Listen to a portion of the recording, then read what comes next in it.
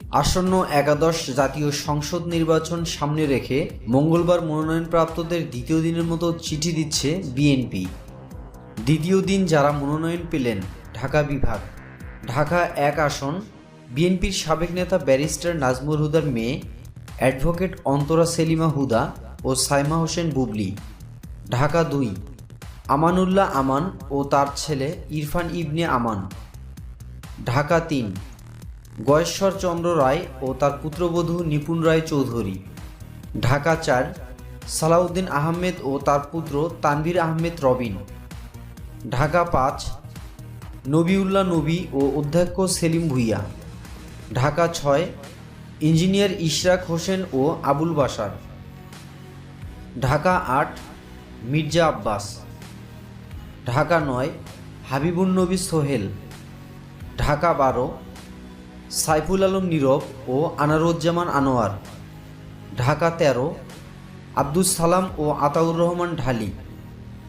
ঢাকা ১৪ সাবেক ফুটবলার আমিনুল হক ও S A Siddique Saju. Dhaka ১৫ Mamun Hasan. Dhaka ১৬ Ahsanullah Hasan ও Mozammel Hossain.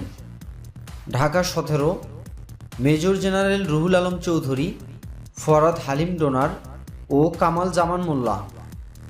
Dhaka ১৮ S M Jahangir. Dhaka ১৯ Dewan Salahuddin Ahmed.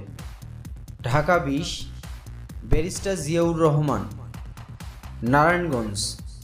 Narayanganj ১ advocate Taimur Rahman Alam Khandaker, Kazi Moniruzzaman Monir ও মোস্তাফিজুর রহমান ভুইয়া দীপু। নারায়ণগঞ্জ ২ মাহমুদুর রহমান সুমন, আতাউর রহমান খান আঙ্গুর ও নজরুল ইসলাম আজাদ।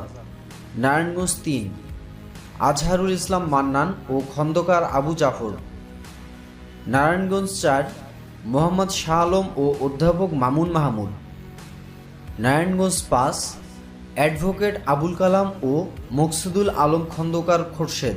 তবে এই আসন থেকে জাতীয় ঐক্যফ্রন্টের প্রার্থী হিসেবে এস এম আকরামের নাম রয়েছে। নরসিংদী ১ খায়রুল কবির খোকন। নরসিংদী ২ সর্দার সাকওয়াত হোসেন বকুল। নরসিংদী ৩ সানাউল্লাহ মিয়া। মুন্সিগঞ্জ ১ শাহ মোয়াজ্জেম হোসেন। মুন্সিগঞ্জ ২ মিজানুর রহমান সিনহা। মুন্সিগঞ্জ ৩ আব্দুল হাই। গাজীপুর ১ চৌধুরী তানভীর আহমেদ সিদ্দিকী। গাজীপুর ২ সালাউদ্দিন সরকার ও মঞ্জুরুল করিম রনি।